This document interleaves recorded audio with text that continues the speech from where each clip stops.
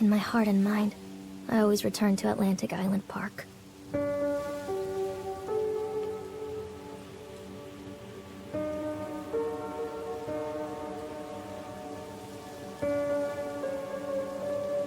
Where's Mr. Bear? I haven't seen Mr. Bear, Callum.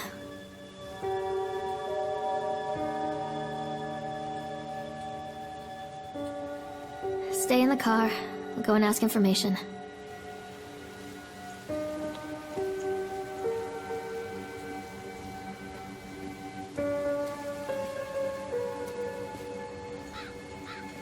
Attention, patrons. The park is now closed. Please make your way to the car park at your earliest convenience. Employees prepare the park for shutdown. Callum was born the day this place opened. This is his favorite place in the world.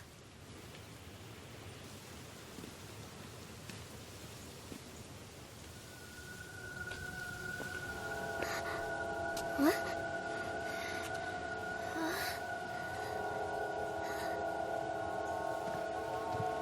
Hey, Lorraine. Lorraine! Don't blame yourself, Lorraine. People lose things all the time. Take a deep breath. Think about the last place you saw your son's teddy bear. Hey, stop! I think your boy just ran into the park. I'll unlock the gates for you.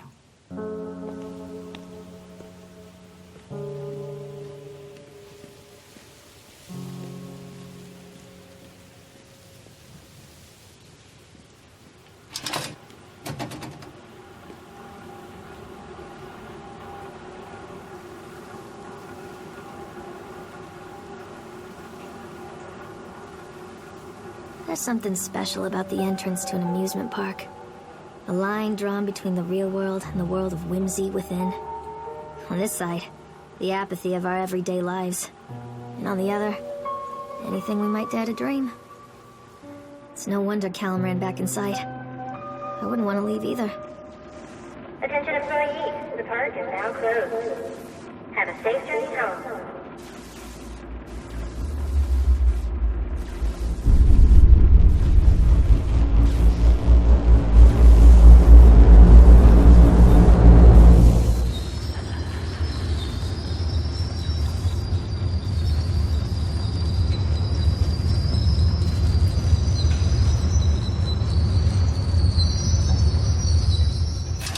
Oh God. The park. What happened here? You can't catch me.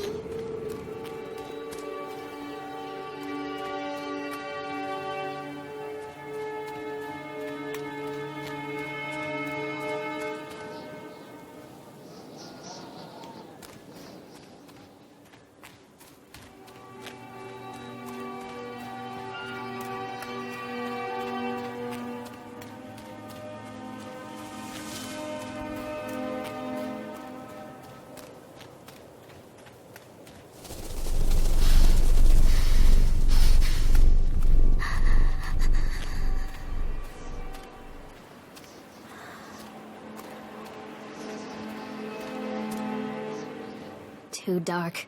I'm not going in there without a flashlight.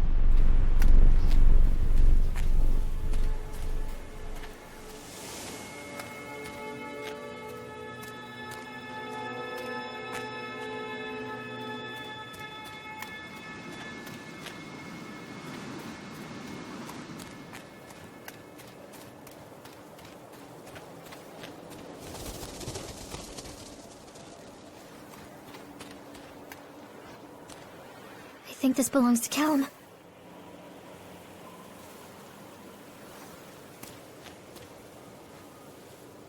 Chad the Chipmunk, huh? Just a drunk guy in a suit.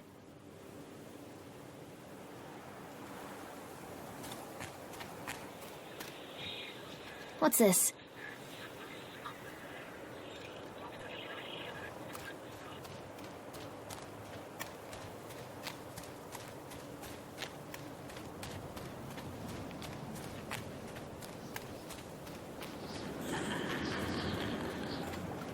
Callum, stay where you are!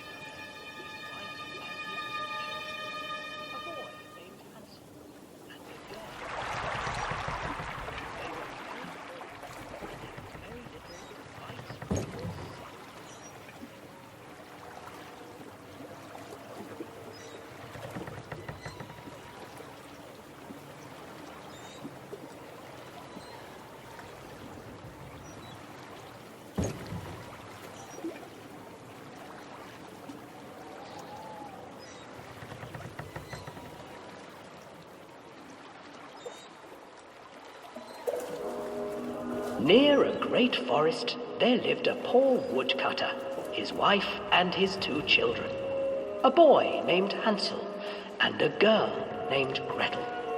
They were very poor and had very little to bite or sup. "What will become of us?" the woodcutter asked his wife one night. "I tell you what, husband, we will take the children into the thickest part of the forest tomorrow and abandon them there." "No, my wife, I cannot do that," said the man. "Then we will all 4 starve, you fool." Hansel and Gretel overheard their parents talking, and Gretel began to weep. "Do not fret, Gretel," Hansel said. He crept out of the hut and gathered white stones from the ground to fill his pockets.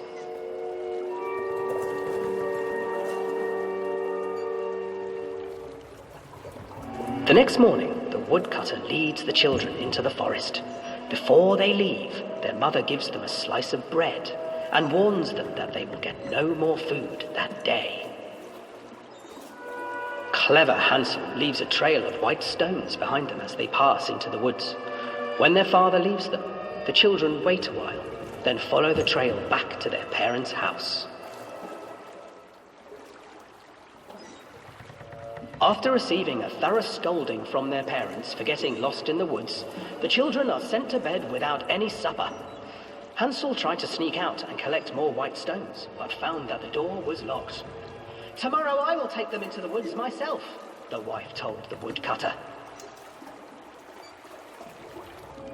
In the morning, their mother gave them a slice of bread and led them deep into the forest once again.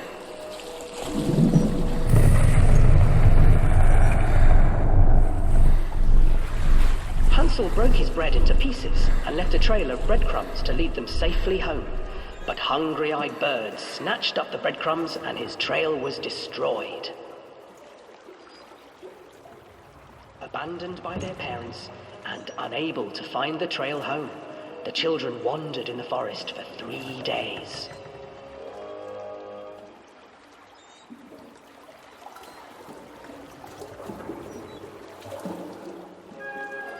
The children stumbled into a clearing with an exceedingly strange house.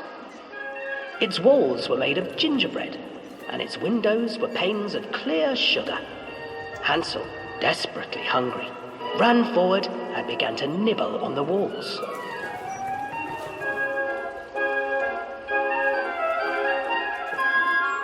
"Nibble, nibble, little mouse. Who is nibbling at my house?" An old woman emerged from the house, sniffing the air and peering around with cloudy eyes. "Oh, you dear children, who brought you here? Just come in and stay with me. No harm will come to you." But Hansel and Gretel stayed back, for the old woman reminded them of their cruel mother. "Come, children, don't be afraid. I have something for you." The old woman offered them 2 enormous lollipops. The children took them and began to eat. "You see, nothing to fear here. Come inside," the old woman urged, and the children, still licking their sweets, followed.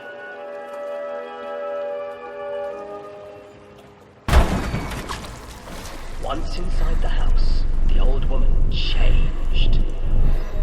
She stuffed Hansel into a cage and put Gretel to work, sweeping and cleaning her hut. "Your brother will make a good mouthful," the old witch told Gretel.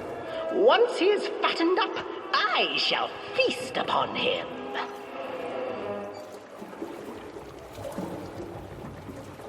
Time passed, and poor Hansel refused to eat, fearing the day that the witch would eat him. The witch, for her part, grew impatient.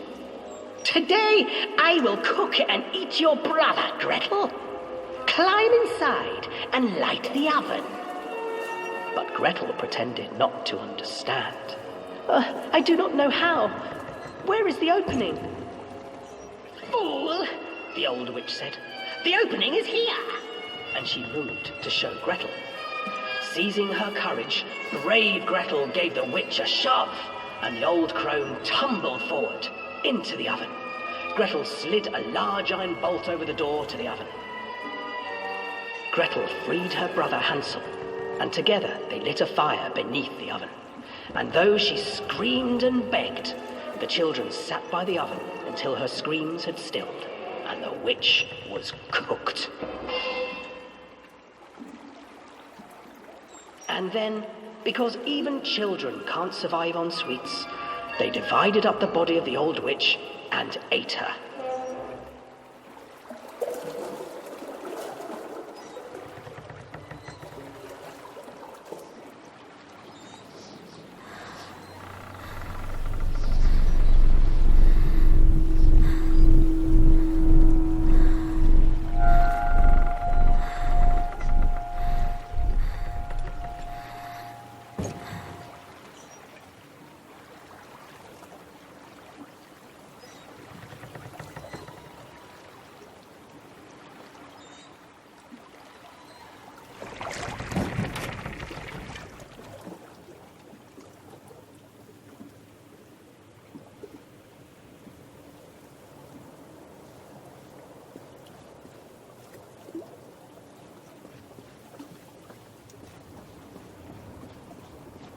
Hansel and Gretel. I used to read it to Callum when the electricity was shut off. Those poor children. The whole world against them. The forest, the birds, the old witch, even their own parents. I used to imagine that Callum and I were the kids in that story. Not mother and son, but brother and sister, hand in hand against the unkind world. We were always hungry, looking for our own house made of candy, looking for the sweetness that could take the pain away. Hunger leads people to desperate, terrible places where the tree branches reach like claws.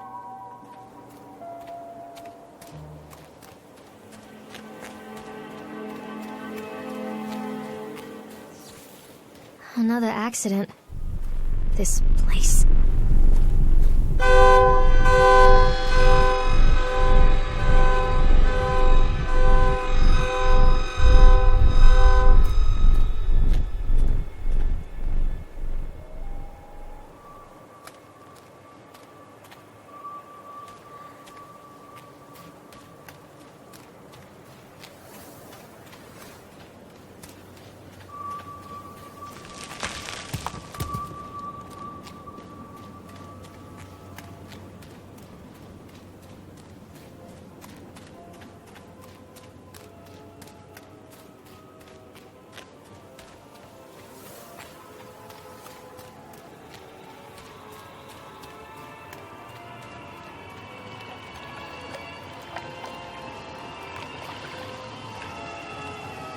This old thing used to make the blood run to my head. Make me dizzy. The guy just snapped. Those poor kids.